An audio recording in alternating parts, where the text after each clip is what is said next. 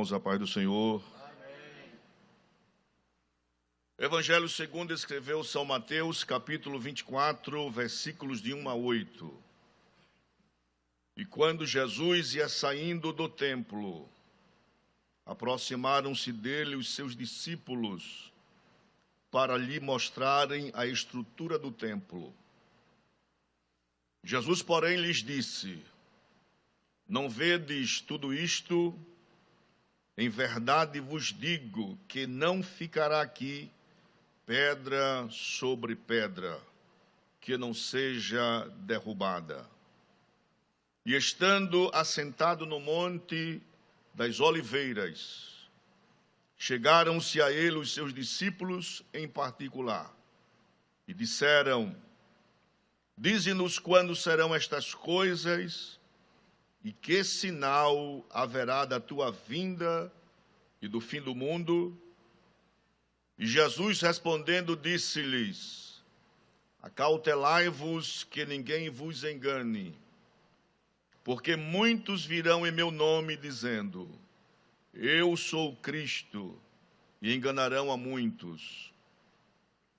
E ouvireis de guerras e de rumores de guerras.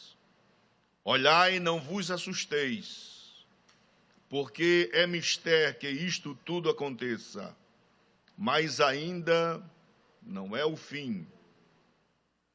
Porquanto se levantará nação contra nação, e reino contra reino, e haverá fomes, e pestes, e terremotos em vários lugares. Mas todas estas coisas são o princípio de dores. Dá para dizer amém? Amém.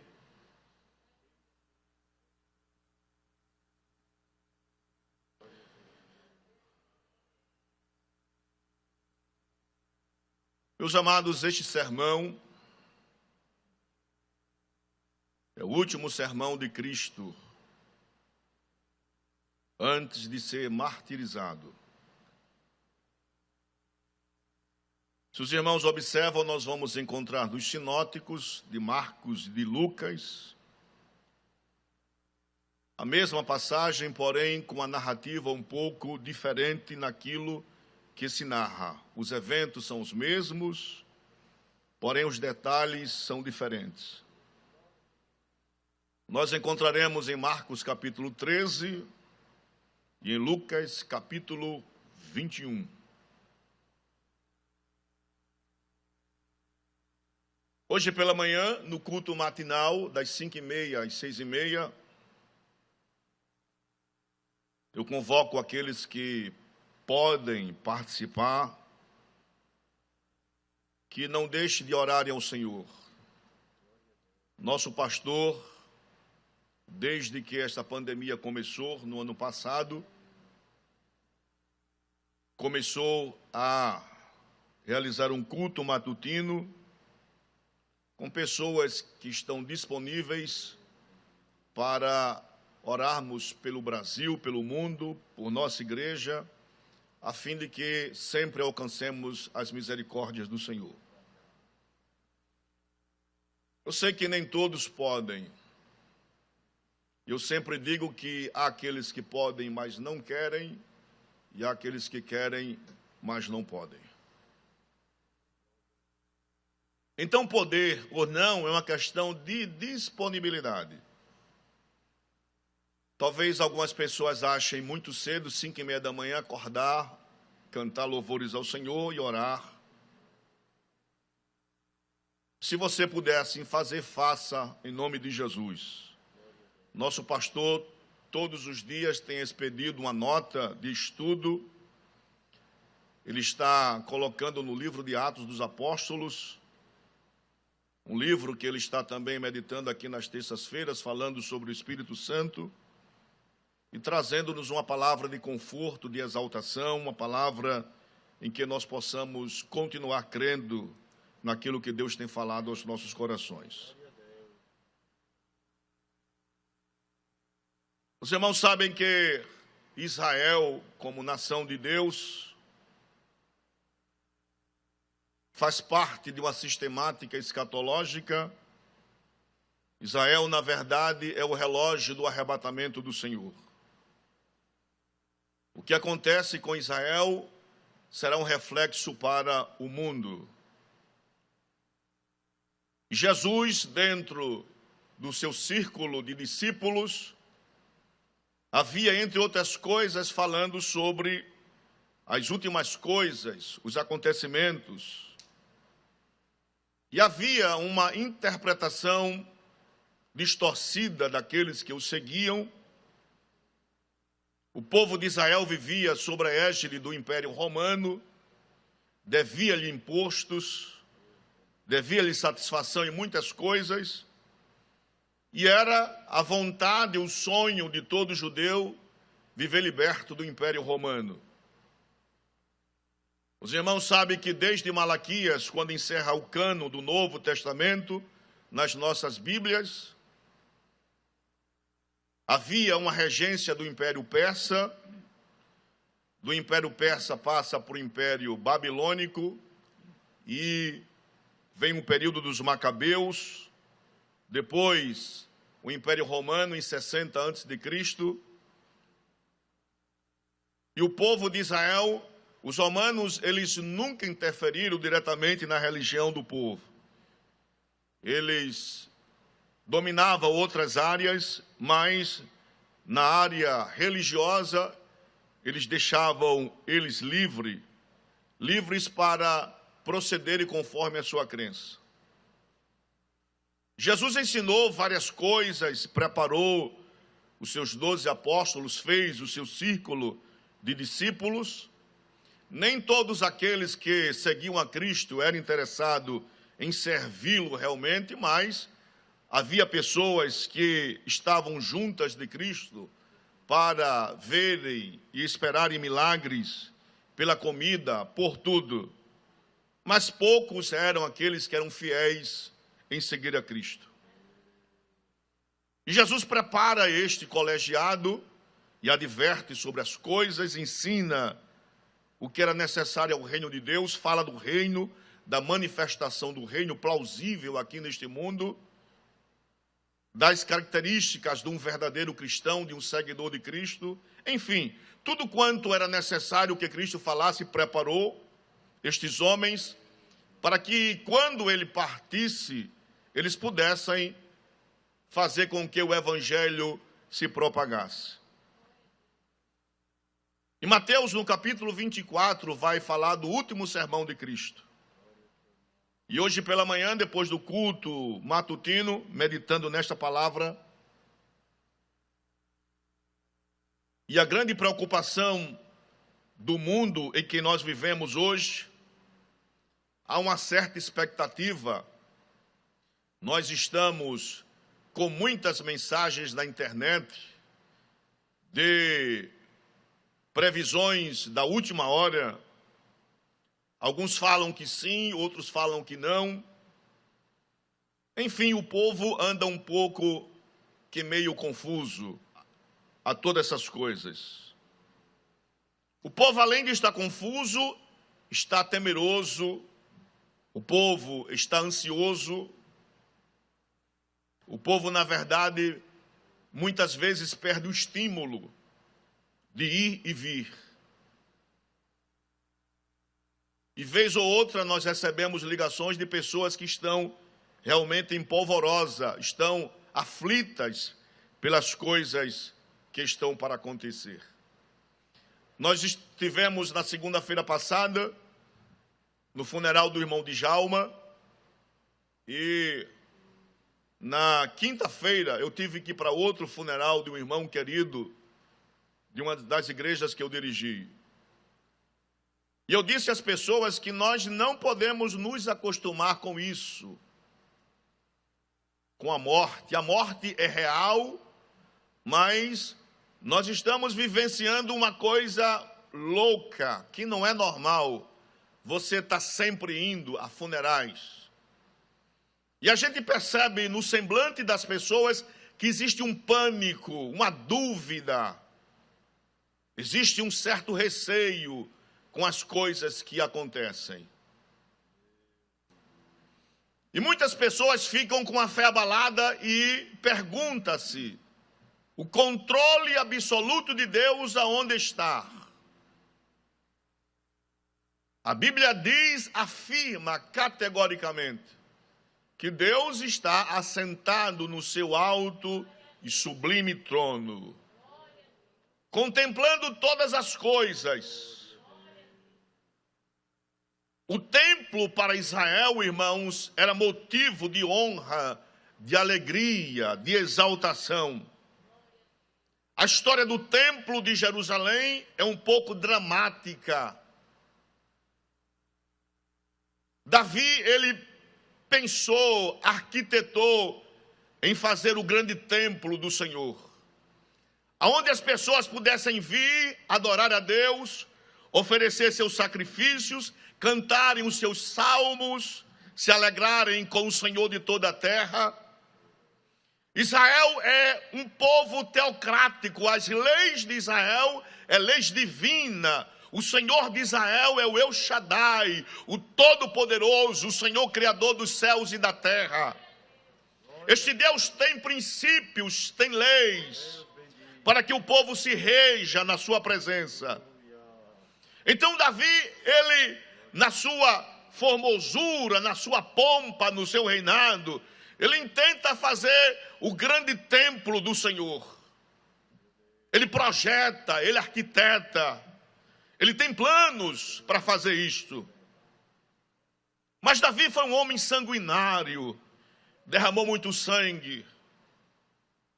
E sempre tem os ajudadores. O profeta Natã quis ajudar a Davi. E ele fala que Davi seria o grande construtor do templo. Uma profecia que Deus não mandou, que Deus não autorizou. Mas o profeta é temente a Deus, e Deus fala com o profeta e pede para o profeta reverter aquilo que Deus não havia falado, e ele humildemente vai e fala para Davi que ele não seria o grande construtor do templo.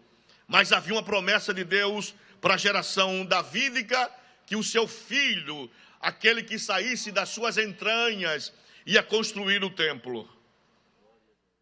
E aí Salomão, ele agora é o grande construtor do templo.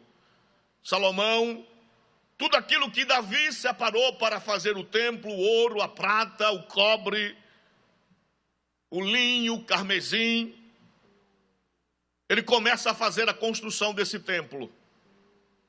O templo, anos depois, ele é saqueado, destruído por Nabucodonosor. Mas Esdras é o grande edificador do templo, ele reúne as pessoas e ele começa a repaginar outra vez o templo do Senhor. Antíoco Epifânio, ele vai macular a religião de Israel, vai profanar, ao ponto dele matar uma porca e oferecer como sacrifício lá, aonde os judeus ofereciam os holocaustos, um animal impuro, somente para afrontar a Deus e o povo de Israel. Mas a Bíblia diz que Deus não se deixa escarnecer. Judas Macabeu, ele purifica o templo outra vez, e a glória de Deus começa a voltar novamente a descer lá na tenda, no templo do Senhor. Esse templo é o último templo, é o templo de Herodes, que começa no ano 19 a.C., e ele só vai terminar no ano 27, 46 anos, e ainda na época de Cristo, alguns retoques ainda faltavam nesse templo. Então o judeu, é Flávio Joséfo que diz, que mandaram buscar pedras de mármore polidas, pedras grandes, bordejadas de ouro. Flávio Joséfo disse que quando o sol incidia no templo, parecia mais um monte, um alto monte de neve, porque os judeus tinham prazer. Os judeus, quando iam para o templo, eles iam com a moral lá em cima. Eles sabiam que aquilo era uma construção faraônica e que tudo que Herodes pôde fazer, fez, ao ponto de o próprio Herodes dar um presente na entrada do templo de um cacho de uva, que somente uma das uvas era do tamanho de uma melancia com ouro batido. Então, os judeus batia no peito e ele era a glória de Israel. Na última ida de Jesus a esse templo, E é Marcos, no capítulo 13, que vai trazer a exclamativa que um deles disse a Jesus: mestre, que pedras, que edifício magnífico. Aí Jesus diz o seguinte: não vedes tudo isto? Em verdade vos digo que não ficará aqui pedra sobre pedra que não seja derrubada. O templo era o lugar da glória de Deus. Mas Deus é Deus apesar de todas as coisas. Deus quer mostrar ao povo de Israel que a confiança deles não está na pujança de ter um edifício magnífico, mas está em entronizar aquele que vive entre os querubins, que desce na terra, que fala com o seu povo, que se movimenta, que protege, que guia, que ilumina, que salva, que sara e que rege todas as coisas. Quando eu vejo isso aqui, eu me alegro, porque Deus é poderoso. Ninguém pode parar o trabalhar de Deus em nossa vida. Nós devemos todos os dias levantar as mãos santas para o céu, porque nós estamos vivos, a fôlego de nosso pulmão, para levantar as mãos e dizer: Deus todo poderoso, Criador do céu e da terra, que manda e que ordena todas as coisas, louvado seja o seu santo nome.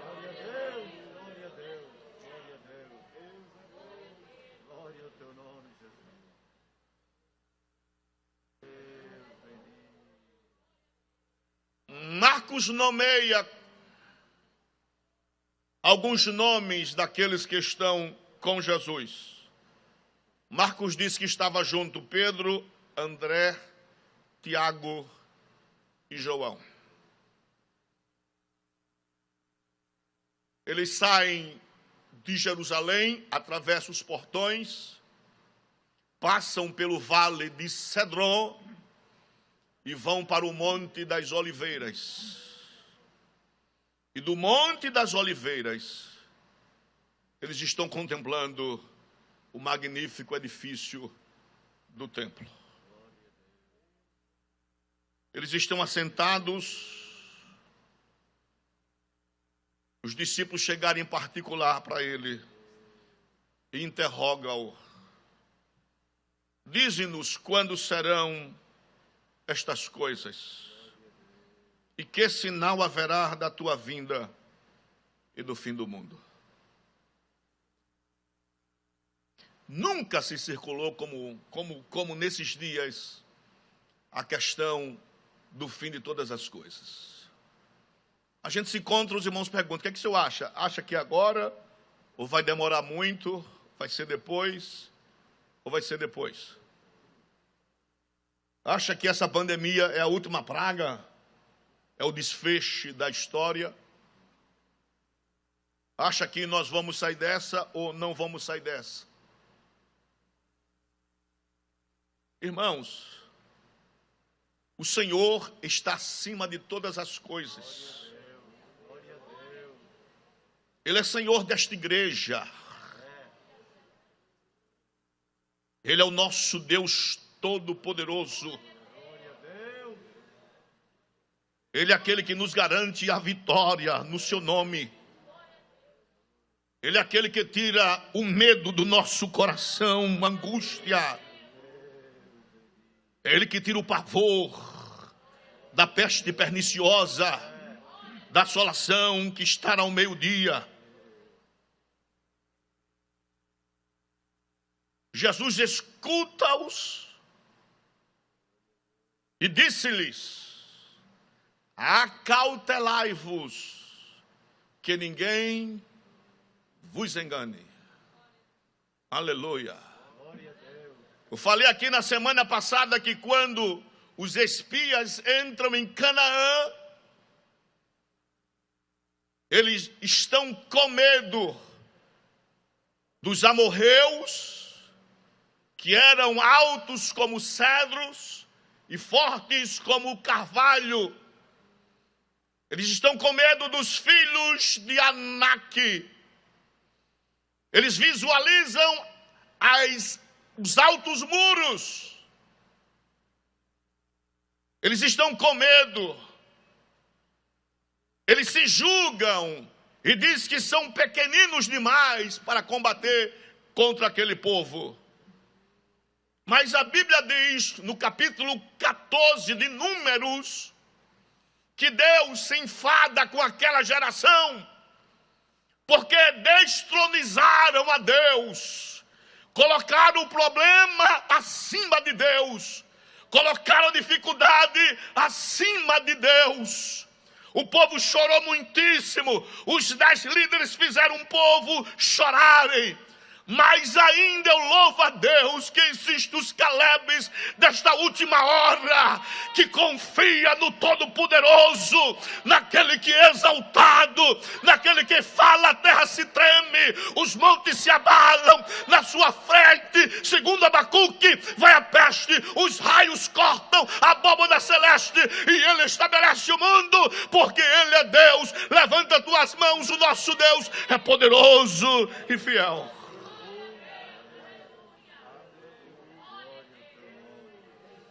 Acautelai-vos, cuidado, para que não sejamos enganados nesta última hora, para que não haja um esfriamento, para que não sejamos pusilânimes diante da situação, pensando que iremos desfalecer, pensando que a batalha está perdida. Mas Jesus disse: acautelai-vos. É momento de nós nos animarmos, levantarmos a cabeça, sabermos que a nossa redenção está muito próxima e que nós iremos chegar no porvir. Não importa o que aconteça, venha o que vier, haja o que houver. A tempestade pode estar alta, o barulho das ondas pode estar alto, mas Deus é aquele que é poderoso. Jesus está caminhando dentro da tempestade e Ele vai mandar o mar se acalmar e nós vamos descansar na presença do Senhor. Vai para a tua casa, descansa em Deus. Ele é o teu marido, é o teu ajudador, Ele é o teu Cândido Rubicudo. Ele não te abandona, Ele é fiel. Cuidará da tua família, cuidará da tua casa, dos teus negócios. Ele não vai deixar você morrer da fome. Por quê? Porque Ele é general de guerra. Glórias a Jesus. Aleluia, aleluia, aleluia.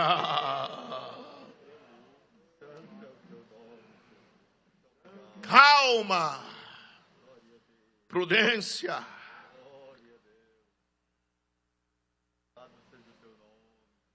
Para que nossos sonhos, para que a nossa esperança não desfaleça.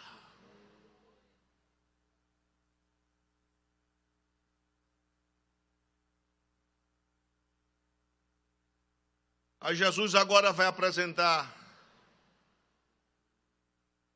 alguns sinais que precedem a sua vinda.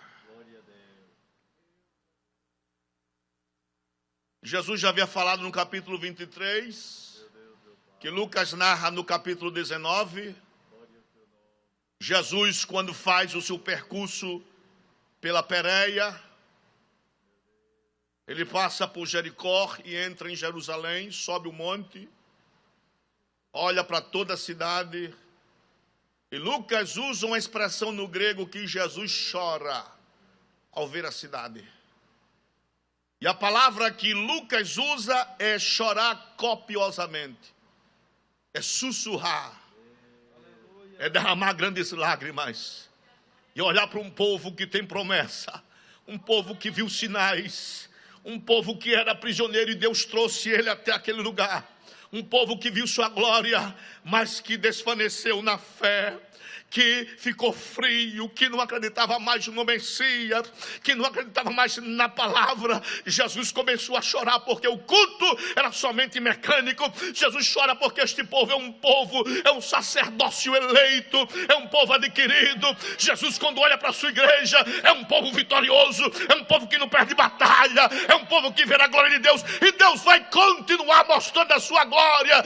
Enxuga, reprime a tua voz de choro, porque o Senhor Deus, Ele vai trabalhar em nossa causa. Glórias a Jesus.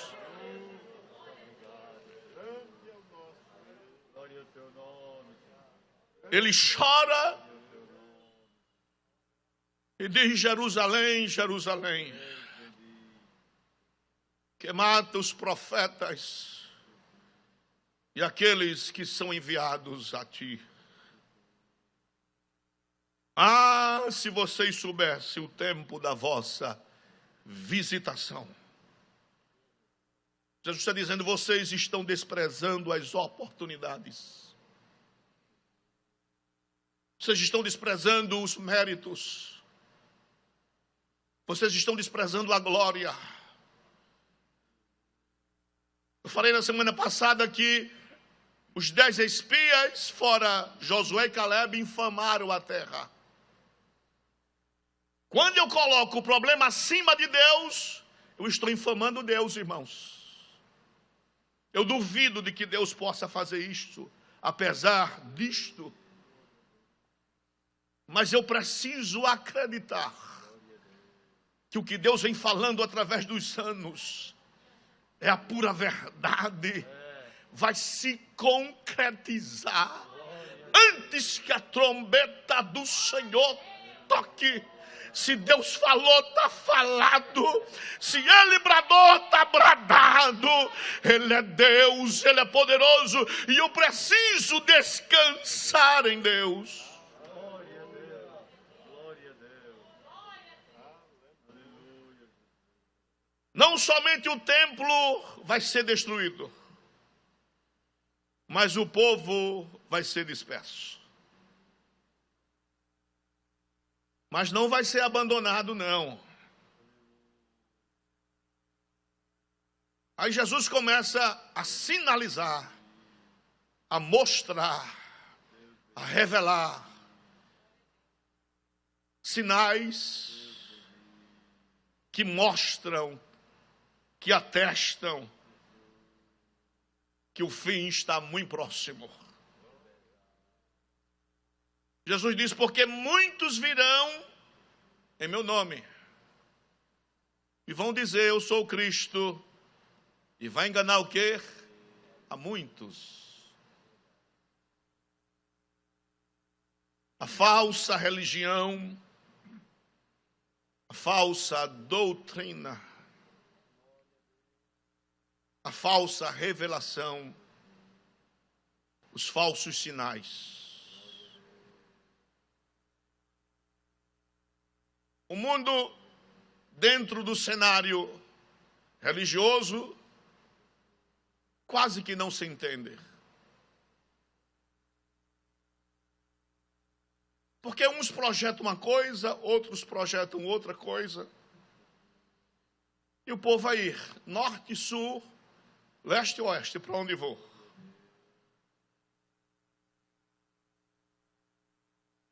Não podemos fugir da palavra. Pastor Maurício, pastor Hermengardo, pastor Zé Carlos, outros pastores sabem que com o advento do século XVIII, começa uma nova teologia, uma teologia chamada teologia liberal, em que as mentes pensantes da teologia advogam que muitas coisas que aqui estão escritas foram produto de mentes capciosas que criaram situações inexistentes. que este Jesus, que tanto se prega, que revela-se na palavra, não é o Jesus como deve ser. Um Jesus somente uma personagem, um profeta, um Jesus histórico que convive com o povo e nada mais. Que os milagres são invencionice de escritores para adquirirem confiança dentro da comunidade. Que o transcendental, como se crer, não é real, que milagres não acontecem, que estamos à deriva do destino. E aí vai se eivando, entrando nos seminários, nas grandes universidades que advogavam a teologia pura, e entram, e muitas pessoas se tornaram agnósticos por causa disso, descrente. E aí a filosofia, a ciência da religião, entra dentro da teologia e coloca muitas vezes por terra princípios e solapa a nossa fé. Mas a Bíblia diz que esta palavra é verdadeira, esta palavra é inspirada, de Gênesis a Apocalipse, é Deus falando, é Deus se revelando. Nós cremos na palavra, isto é a palavra de Deus, a Santa Bíblia, que modifica, que transforma, que revela a vontade de Deus. Louvado seja Deus pela palavra do Senhor. Falsa doutrina, falsos ensinamentos, grandes seminários de teologia hoje entraram por esse caminho diabólico da teologia liberal. Mas nós ainda continuamos crendo nas santas escrituras, na inspiração total da Bíblia.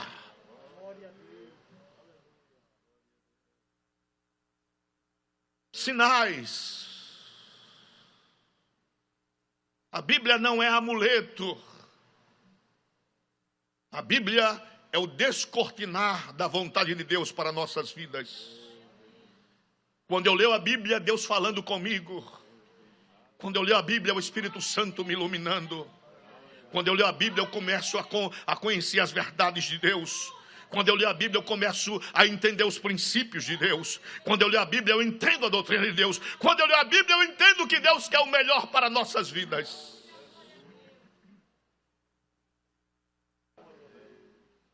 Versículo 6.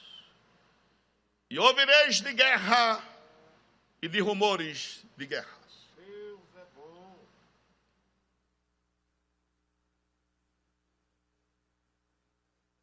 A história ingrata, esquecida e falível.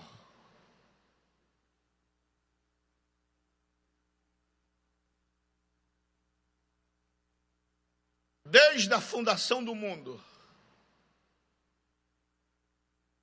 que nós temos guerras.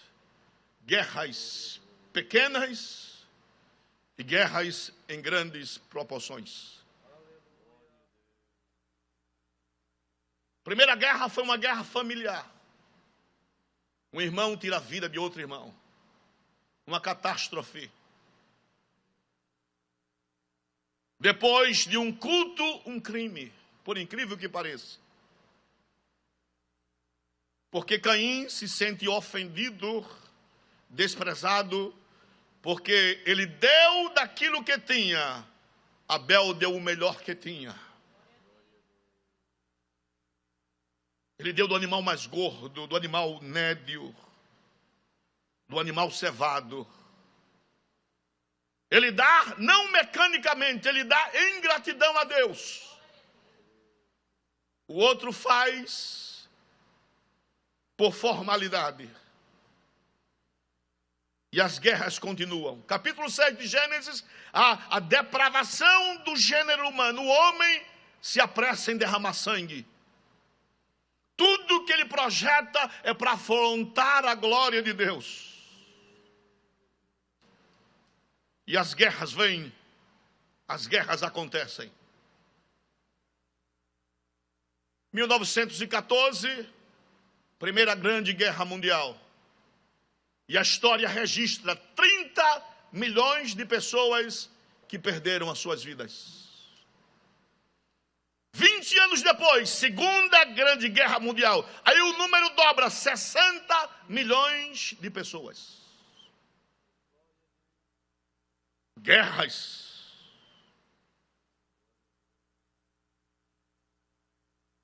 E o substrato da guerra é a fome. Segundo o livro dos Reis, capítulo 25, versículo 1, 2, 3. Zedequias, Nabucodonosor entra no 9º ano do seu reinado e sitia, entrincheira Jerusalém até o ano 10º. E a Bíblia diz que Jerusalém entrincheirada, a fome chegou em Jerusalém. Eu vi a semana em vários estados nossos do Brasil. O número de pedintes cresce assustadoramente. De ambulantes que não podem mais vender as suas mercadorias, de empresários que estão com a mão na cabeça, que não sabem mais o que faz, que não consegue pagar a folha de pagamento, não consegue honrar os seus impostos, não consegue. Por quê? Porque o mundo está em guerra. Fecha aqui, fecha ali. As redes de televisão nos atemoriza. Você liga, os números crescem a cada vez mais. E o povo fica e aí? Vai chegar quando meu dia? Irmãos, levanta tuas mãos, glorifica a Deus. Deixa de olhar para os filhos de Anak. Levanta as mãos e glorifica o nome do Senhor, que aquele que prometeu é fiel, é poderoso. Canaã nos espera e nós iremos tomar posse da promessa de Deus em nossa vida. Glórias a Jesus.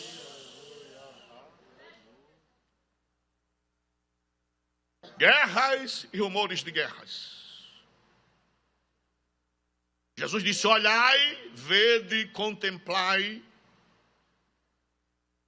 mas não vos assusteis. Porque é mistério que isto tudo aconteça, mas ainda não é o fim.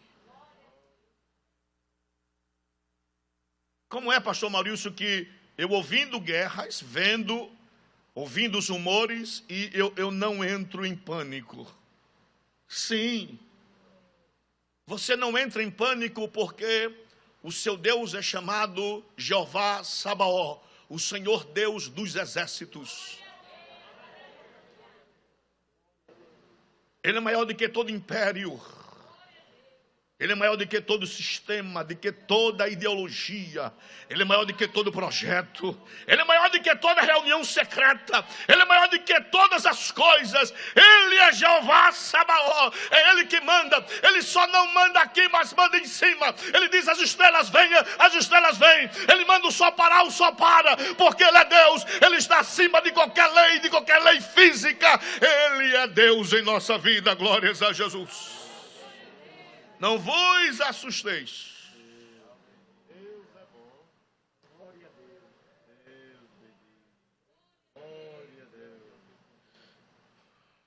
Não deixe de dormir, não deixe de descansar. O Senhor nos dá o sono, o descanso reparador. São sinais que Cristo está mostrando aos seus discípulos. Versículo 7. Porquanto se levantará nação contra nação, e reino contra reino, e haverá fomes e pestes, e terremotos em vários lugares.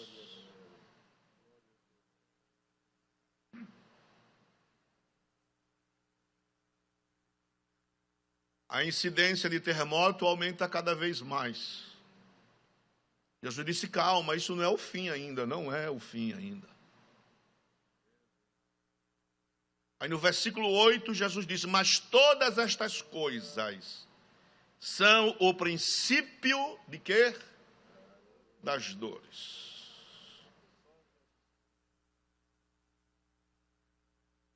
E esta dor que Cristo usa aqui é a dor de parto, em que uma mulher, para dar à luz de parto, as contrações, para a criança poder nascer. Jesus está dizendo, tudo isso que está acontecendo, essa pandemia, todas essas coisas, é somente as dores de parto. A terra está em convulsão. E aonde está Deus? Deus está, vamos conjecturar, Deus é o cirurgião por excelência. Aleluia. Ele é aquele que sabe lidar com a situação. A minha esposa, quando estava para dar à luz meu primeiro filho, quando foi entrar com as contrações, muitas dores, pediatra de lado, o cirurgião disse, calma, moça, respire fundo, solte o ar, relaxe, porque a criança logo, logo vai nascer. Parece que eu ouço Jesus falar como o supremo cirurgião, calma, respire fundo, que o que há de vir, virá. Não vai tardar. As dores parece que não se aguentam. Cada dia que se passa, as pessoas oram, intercedem. Deus, até quando? E Deus dizendo, isso é somente dores de parto. O controle está nas mãos do cirurgião. O cirurgião sabe o que está fazendo. Ele sabe, acalma o teu coração, para que o nome do Eterno seja glorificado. Glórias a Jesus.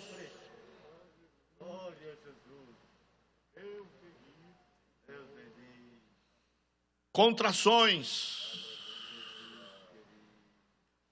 impaciência, dúvidas, medo, pavor, dores de parto.